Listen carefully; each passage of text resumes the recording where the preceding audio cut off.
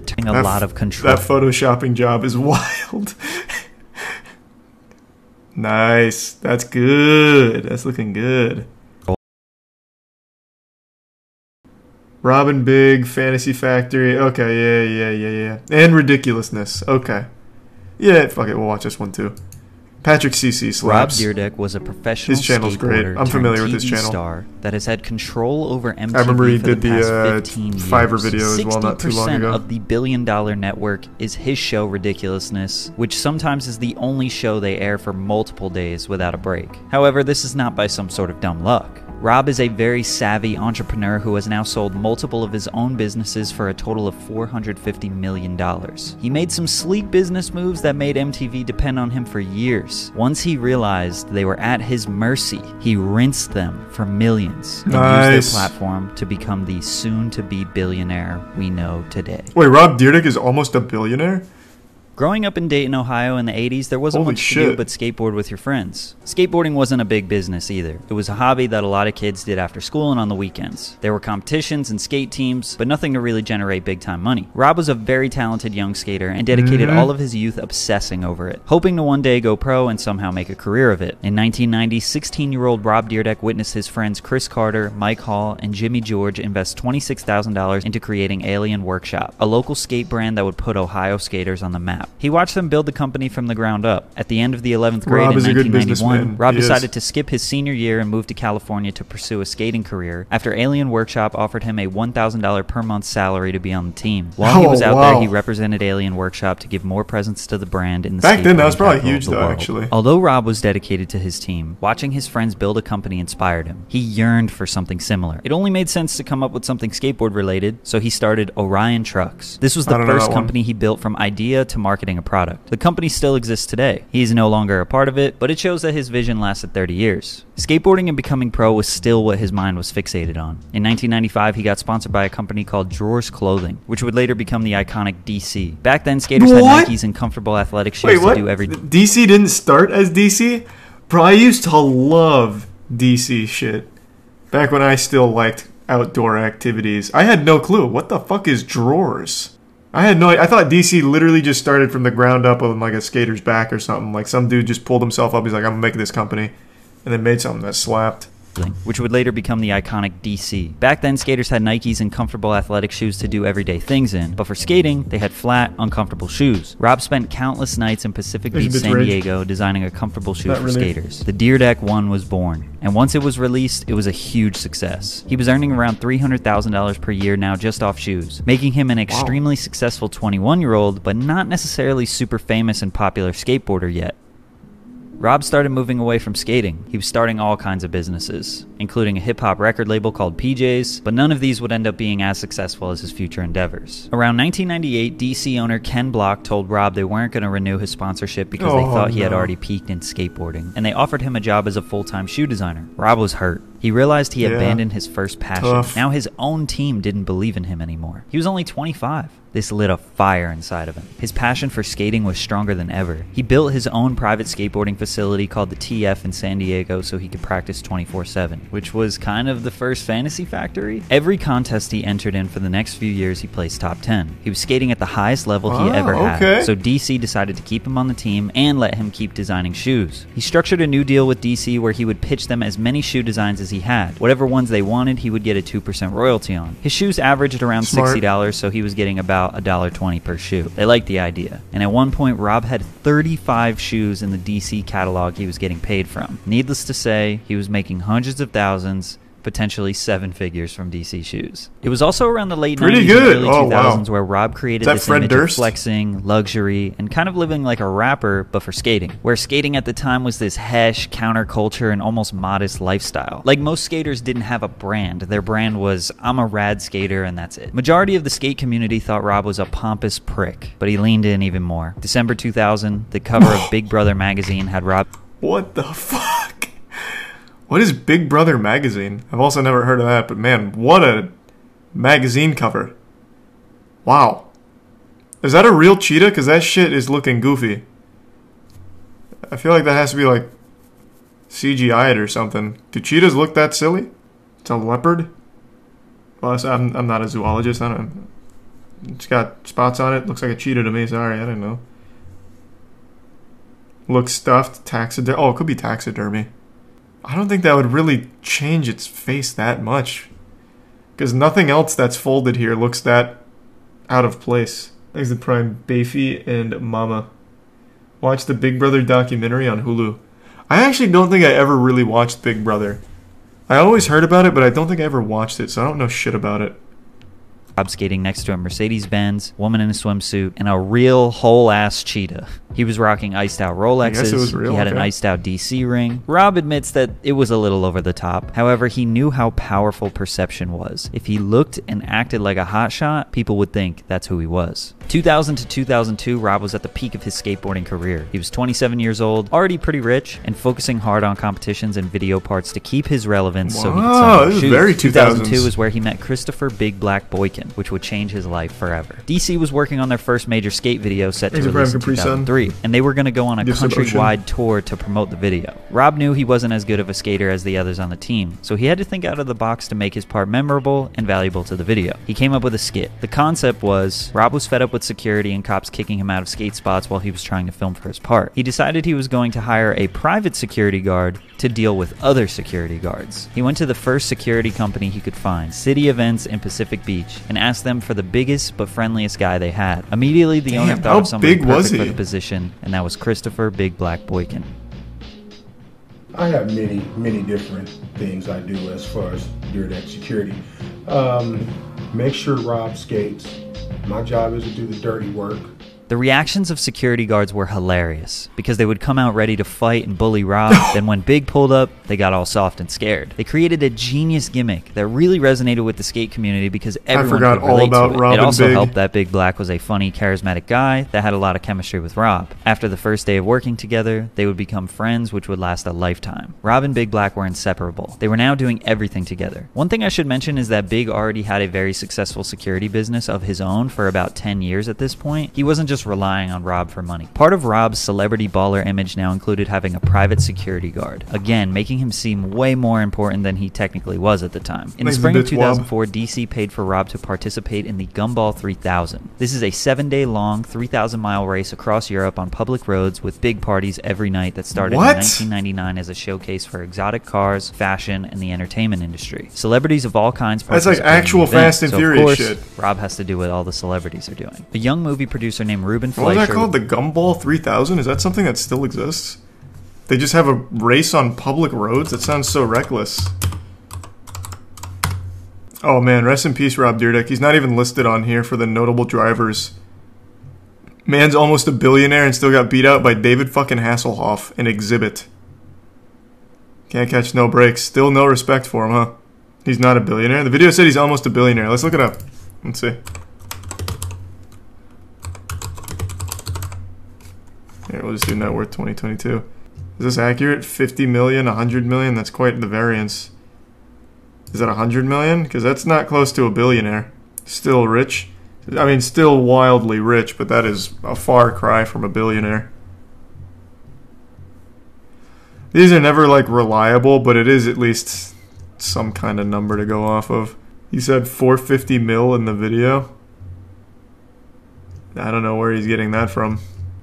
Was making a documentary about the event. He reached out to as many celebrities as he could to film their experiences. On his journey, he ran into Rob and Big Black. Their chemistry was great together, and he knew he needed to document it. Gumball 3000, 6 Days in May, was the documentary that was made by Ruben Fleischer. Rob and Big Black's involvement in the film consisted of Rob bringing that exciting and fun energy, while Big Black complements his smooth, charismatic humor. Two very unlikely best friends driving across Europe. Rob was driving recklessly, Chris mooning other drivers out the window, dodging police officers. Their part in this film feels like an episode of Rob and Big. During this trip, Ruben said to them, "Y'all should consider doing a TV show together," but they didn't think it was a good idea. By the way, make sure you're drinking water while you're watching this video.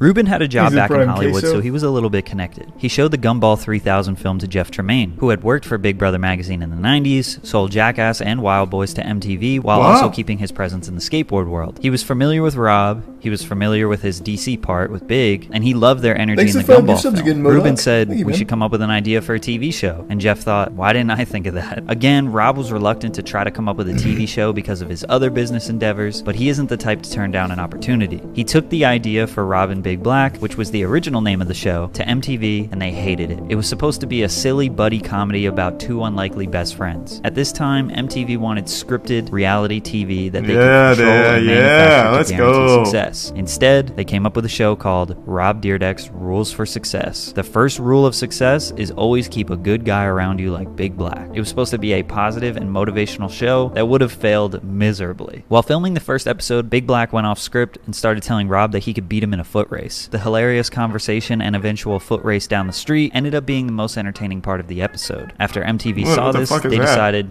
okay, no more scripts. Just be yourselves, be funny, we trust you. This eventually came down to MTV agreeing on Rob's original vision for the show. You will notice this is the first time MTV kind of gave up a little bit of power and control to Rob, which would become a reoccurring theme There's a Prime Zay. throughout their relationship. Before the show came out on MTV, Rob knew he had a huge opportunity to level up his business ventures. Bam Margera's MTV show Viva La Bam was super popular, along with Jackass. I actually and he never was selling watched Viva La merchandise Bam. and Bam branded products At least like I don't think I crazy did. because of the platform that he had. He was selling triple the amount of skateboards per month than Tony Hawk. Rob, also being from the skateboard world, had been studying what Bam was doing for many years. He knew that if his show took off, he needed to be ready to capitalize in the right way. So Rob restructured his business deals to take lower upfront pay and have higher percentage royalties. So I did a deal with DC, renegotiated for a higher royalty. It was awesome. I restructured Yeah. my I know everyone loved it. I just board never saw deal with Alien Workshop to be like, give me $5 a board and give me $2,000 a month instead of $2 a board and $5,000 a month. Like Rob and Big, Season 1, Episode 1 launches November 2nd, 2006 and takes off immediately. Each episode came out in premiered to 06? 4 I thought it was or 5 earlier than million that. viewers. The two unlikely best friends were funny, full of energy, and really just so lovable. When you watched it, you just understood. Rob would come up with the most random ideas for skits, and Big would go along with whatever, like buying a mini horse so their dog has a friend, or starting an R&B group, or trying to time travel. The chemistry and bond created on TV was almost like God, you what were a a part of their throwback. family. With this big platform now, Rob went from a well-known skateboarder to a full-blown mainstream pop culture celebrity. The shoe deal with DC, he owned a 10% royalty on the Stan Smith style shoe that would end up selling Thanks to millions Tier of 1 dollars. Zephyr. Rogue New Status was the Subwab. gun shirt that he wore all the time. That did about $8 million in sales. DC as a whole went from an $80 million company to a $500 million company in just a few years, with Rob wearing their gear all over TV. MTV was paying him $35,000 per episode. That jumped up to $60,000 per episode for the last season, which would total $1.4 million after all 3 seasons. The baller lifestyle he manifested for all those years, he was now 100% living it. Unfortunately, behind the scenes, everything wasn't as great as Oh, it seemed. no, not After the Drake and first 2 Josh seasons, situation. Big wasn't having much fun anymore. They were filming Oh. 13 hours a day for months. In the beginning, he loved it because it was organic, fun, off the cuff, and truly just two guys having a blast. They never actually lived together, by the way. Big had a separate house. His room in Rob's house was just for the plot on TV. For season 3, MTV brought in writers, made them film 15 episodes, how which it was always double goes. from the previous seasons, and it started to feel too Hollywood for Big. The show was called Rob and Big, but he felt more like a sidekick. Also, Chris says that Rob was being paid double what he was. Rob denies that. However, Rob was working 24/7 writing ideas for the show and guiding the production, where Big admits that he just showed up, brought the funny, and left. We're not sure what the facts are, but I wouldn't be surprised if Rob was being paid more. On top Well, of I that, think he was he very probably unhealthy was. at 430 pounds. Him and Rob were constantly disagreeing on creative ideas, which led to multiple blowout arguments, and he had a new baby on the way. Big decided he was done with Hollywood after season 3. He moved to Texas with his family, got his eating habits and mental health right, and reaped the rewards of his hard work. Him and Rob's downfall was relatively private. Rob never disrespected him publicly, but they didn't communicate with each other for a few years. How does that afterwards. always Rob was happen? ready to give up. I'll never understand how that shit goes down. Like, let's say, okay, for example, let's say Matt and I had a successful reality TV show. And then one of us is like, bro, I'm just fucking done. After making millions of dollars. I don't know how you're like, alright, well, fuck you then, buddy. I never want to see you again. I don't know how that happens. I guess I don't get it. But I've also never seen that level of money before. I don't know. It just seems like incomprehensible to me. I feel like they probably weren't ever that close a friend then. That's true. I guess they weren't like childhood friends. Well, okay, even someone like Danny. I met Danny only, what, 3 years ago now? Let's say Danny and I had a successful TV show, and Danny's like, hey, Charlie, you fucking suck, and I quit. It's like, oh, man, that hurts. I'll see you tomorrow for PDQ. Like, I don't know. I don't see how money splits up like an actual friendship like that when you're already set for life off the millions you've made together. It's just not fun anymore. No, I'm saying I don't know how that ruins a relationship. They've both already made multiple millions upon millions of dollars. I just don't see like why they'd hate each other afterwards. That's what I'm saying. I understand why they wouldn't, or why Big wouldn't want to do the show anymore. I'm just saying I don't understand like how a relationship gets split like that. But it happens all the time. Literally all the time. In every field. Forced to spend too much time with each other. Yeah, I guess maybe they just got tired of being around each other. Having to film 13 hours a day or whatever would be super draining to anyone. On TV as well. In 2008, MTV begged for season 4 of Rob and Big. They offered $125,000 per episode or for him to come up with a new show. But the new show had to be a reality show. He always said he didn't want to be the old guy on TV. At this point, he was 34 years old, but the ratings were so high still, and he knew the network was desperate. He wanted a much better deal for his new shows. He wrote the idea for Fantasy Factory in one weekend. Rob was going to transform a 25,000 square foot warehouse into an indoor skate park and adult playground. But the other half of the warehouse would be dedicated to his employees and business partners who are doing day-to-day operations running the Dyrdek enterprise. The episodes would be structured where Rob would talk about a business he's starting or investing in. Then the other 75% of the show would be him messing around, skateboarding, doing stunts, and keeping the energy fun and lighthearted. MTV loved it. He also sold them Ridiculousness at this time, which wouldn't come out for 3 years and would then become 60% of what MTV plays for a decade, but we'll get to that. He demanded one major stipulation before he signed off on Fantasy Factory. He owned his integration rights. Any of his businesses that he owned could be advertised and promoted on the show in any way that he wanted, and MTV was not allowed to interfere. Because if you didn't know, any product or brand you see displayed on a show or in a movie is paid for by those brands. So MTV could not say no to Rob promoting a business that he owned on the show. But when it came to big corporate sponsorships or outside entities, they were 50-50. Since they were 50-50, neither Rob nor MTV had more power. So Rob took it upon himself to draw up these intricate brand integrations with brands like Chevy, Microsoft, and Monster, and he did all the negotiations by himself. So MTV just sat back and said, wow, keep doing that since you're doing all the work for us. Meanwhile, he was making additional deals on the side with these brands for his own companies like Street League, Wild Grinders, and other new ventures. For example, I'm sure some of y'all remember this episode where he dresses up as the Carl's Jr. mascot and does stunts around the factory. This is literally a giant ad, but you might also remember that Rob wanted to open legal skate parks around the country. Safe Spot, Skate Spot is what he called them. The first one, a giant Carl's Jr. star that kids would skate on. This is an example of how Rob would go to a corporate sponsor and say, hey, we'll do this integration on MTV for you, but I also want you to contribute to my personal project. So Carl's Jr. paid for the construction of the skate park. Then he did basically the same exact deal on another park with 7-Eleven. You can see now how Rob was developing a lot of control over MTV because he took it upon himself to go the extra mile to set the a lot of control. That photoshopping job is wild. Nice. That's good. That's looking good. Over MTV because he took it upon himself to go the extra mile to set the terms of his next show, write all the ideas and creative plans for the show, as well as control the negotiations with brands and sponsors that would be integrated on the show. And that guy create Carl's Jr.? Who was that? $100,000 per episode. He was starting to treat MTV like his own private production house, and Fantasy Factory was just a commercial for all of his new businesses.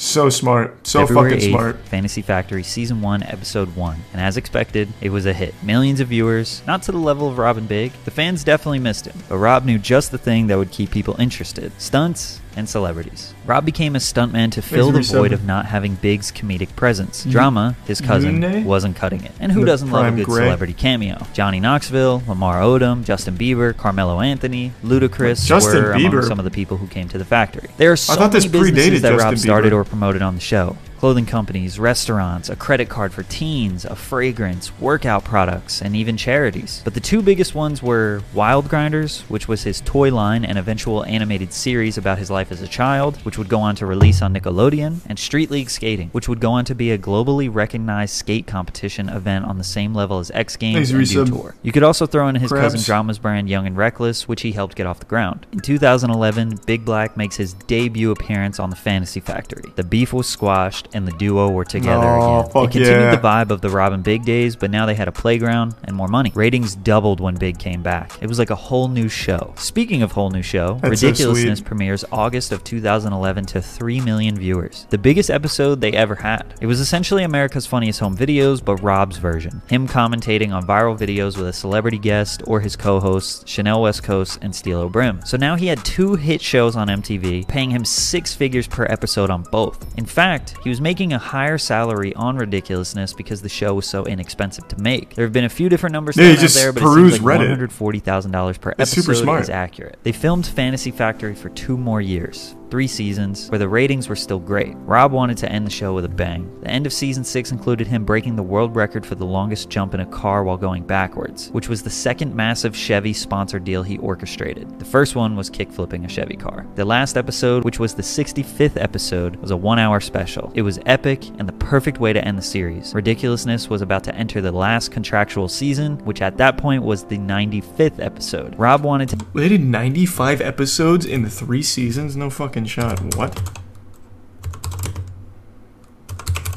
Wait, was that fantasy? Oh, wait. Oh my god. I might have just, like, brain rotted. Was that Ridiculousness or Fantasy Factory? Ridiculousness. Okay, that I believe. I thought that was Fantasy Factory he was talking about. I was gonna say, there's no fucking chance they got 95 episodes like that. No way. But here, I'll double check anyway. Oh, I just spoiled it. There's 7 seasons of this. 73 episodes. This is before streaming, TV, and cable were everything. Man, you fucking swine. This isn't before streaming. Justin TV existed right here. Well, actually, right here. This glorious era of 09, 2010. And you know who was on Justin TV? Your fucking boy. Playing Luigi's Mansion. And Paper Mario. And World at War Zombies. Streaming at a crisp 140p, baby. Exit Tier 1 Kitsu. And the resub Neglected. In fact, let me show you what that looked like.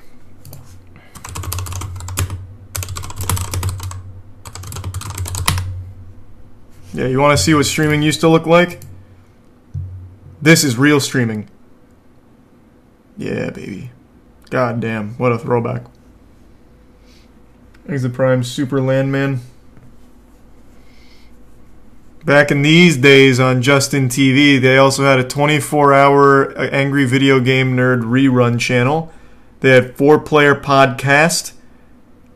I think Soda Poppin' was on there too at some point. Is there sound? Yeah, there is, but it's like ear-piercingly like distorted. 2 seconds! Like it actually just doesn't sound pleasant at all. It's easier to watch than it is to listen to. I was using a Logitech Best Buy prototype kind of thing and recording with Windows Sound Recorder. This is what streaming used to be, baby. And it was amazing. Can you believe that this website, Justin TV, got bought for, what was it, $970 million? Crazy, huh?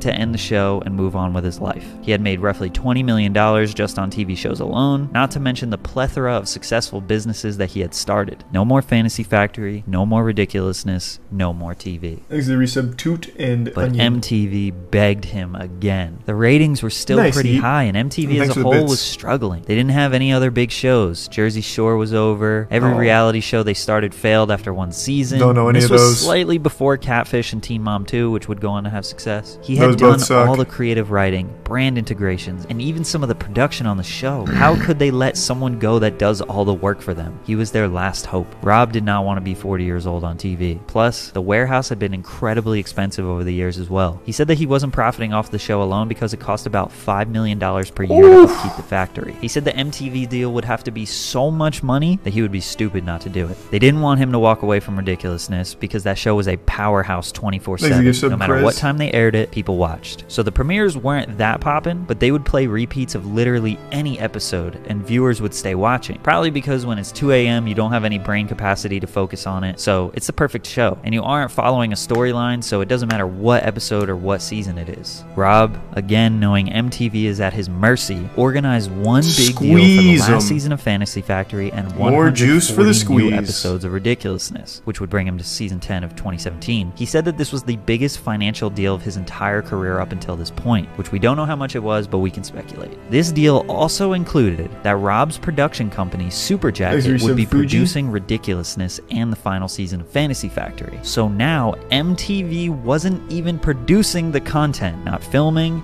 not editing. It was all Rob's businesses that he owned. We can also assume that because he was producing the show, that his company now received a % ownership of the show. Like, he isn't just an actor anymore, he's getting those royalties, baby. Literally, MTV was like YouTube to Rob. Here's my show, upload it.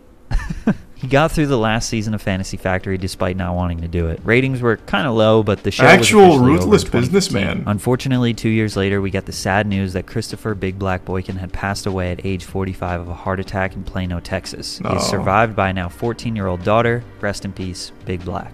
At this point in 2017, Ridiculousness was only premiering to about 300,000 people or so, compared to millions in 2012. But like we said, play it any time, any day, the audience loves it. So the ratings are still technically very high. Season 10 ends of Ridiculousness, but Rob has already gotten over the fact that he's the old guy on TV now, so he sets up for another renewal. And of course, MTV is going to take it because TV is at an all-time low, and MTV is going down with it. 250 more episodes. Jesus Christ! Basically just a talent show, which was very unsuccessful after just 7 episodes. Besides the TV show, Rob is a recluse now. He doesn't party with celebrities. He isn't doing commercials or brand deals. He's a full-blown entrepreneur building the Dyrdek Machine, which is his company that builds other businesses with the goal of selling them. The Dyrdek Machine is a venture creation studio. Hey, thanks for another 5 gift subs, Modoc. Jesus, man, thank you. Creates businesses by systematically fusing art, science, and magic. He's now growing. Literally all of that is buzzwords that mean nothing. So what do you do? What is the company? Does anyone know? NFTs. Imagine. Thanks to the Prime Kitty, Kukra, and the 10 gift subs, Varanen. Hey, thank you, Varanen. Appreciate the fat drop and the resub dissonance and the gift sub panties. Appreciate that. Thank you, Inna.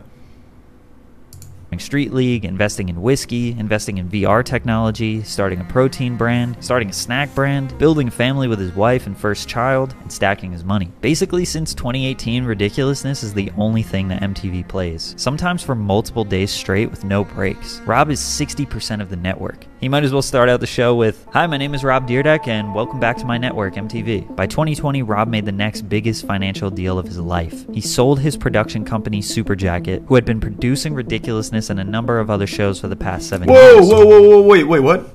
He did Dude Perfect show? I thought Dude Perfect had their own production company. Was it just the Nickelodeon one? Well, that's pretty big, actually. Thanks to the Prime Wubby and the bits Cheyenne, Toodle, and Tier 1 Samurai. So it was just the Nickelodeon one? Because I'm almost positive Dude Perfect has their own production company that does all of their content. Okay, that makes a lot more sense. But the stipulation with the venture capitalists was that they also had to purchase Street League Skating. Thrill One Sports and Entertainment bought Rob out of both businesses for $150 million. Woo! Both of these businesses he funded with the money that MTV was paying him while growing and advertising on MTV's networks where millions of people were watching him every day. MTV wasn't a partner or an investor in any of his businesses that he promoted and grew on their platform. But Rob was a part owner of the show that they put on their platform. He announced another 250 episode renewal of Ridiculousness in 2020, in which he would be fully done and ready to walk away forever. If Rob's salary of $140,000 per episode since 2011 stayed the same over the past decade, with Ridiculousness having 819 oh my God, it means he would have earned $114,660,000 just from that show. Okay, I think all of the Google estimates were off. That's a really good point. I forgot that in 2011 they were doing $140K an episode. And you know, since he had so much like a stranglehold on the fucking cock of MTV, that he had negotiated that price much higher. Yeah, he very well may be up in that like $400-ish million ballpark. Easy, I'd say. That's a great fucking point. I didn't even think about that. Not a billionaire. I still don't think he's knocking on the door to being a billionaire. That is an incomprehensible achievement. Even at his level, I feel like he's probably not even halfway to billionaire. I think he's probably in the 400 mil ballpark. Hey, thank you for the 5 gift subs. Again, MODOK, you've been so fucking generous tonight, man. Thank you. Is that you, Rob Dyrdek? Jesus. Thank you, man. Maybe he took a lower salary once his company started producing it, since now he was getting ownership royalties, but I guess we don't know. Rob today is almost unrecognizable to the man he used to be. Now 47 years old, he's a zen, calm, collected entrepreneur who is on his way to becoming a billionaire. And it's all because he got to call the shots at a multi-billion-dollar TV network for 15 years straight. Yeah, that is so impressive. Rob Dyrdek is really an interesting guy.